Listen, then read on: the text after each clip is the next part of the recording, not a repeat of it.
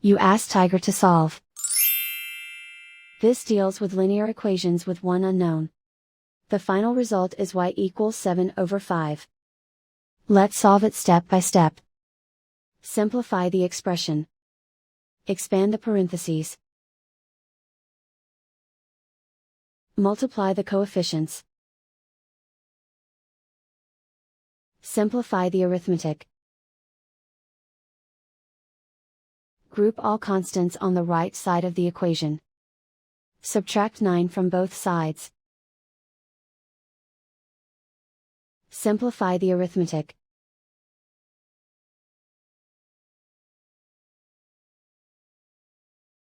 Isolate the y.